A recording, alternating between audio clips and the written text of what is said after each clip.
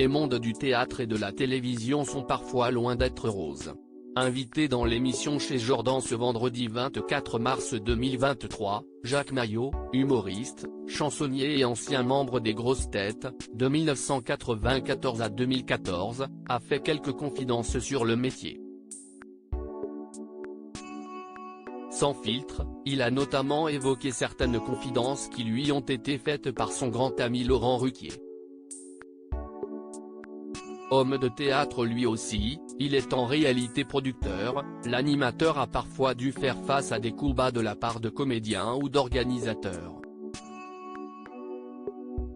En ce qui le concerne, Jacques Maillot n'a pas eu à souffrir de comportements malveillants.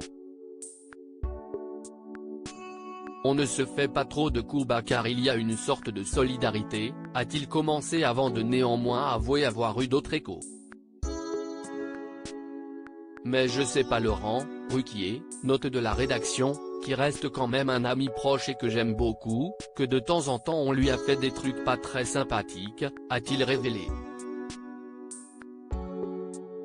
Immédiatement, Jordan Deluxe a cherché à en savoir plus en demandant des exemples.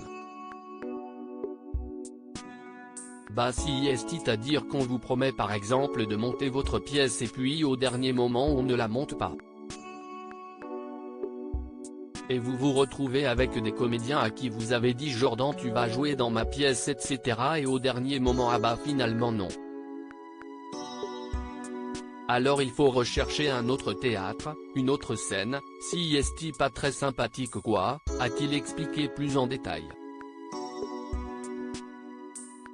Ça peut être un petit peu tendu néanmoins, Jacques Maillot, qui a révélé le salaire qu'il touchait pour les Grosses Têtes en décembre 2019, assure ne pas avoir vécu de situation trop humiliante ou violente.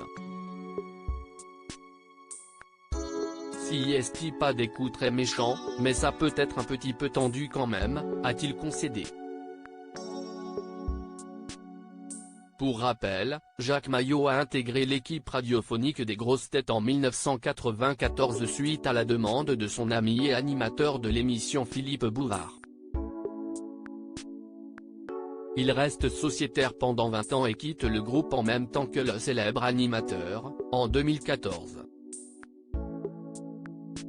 Depuis, l'humoriste se fait bien plus discret.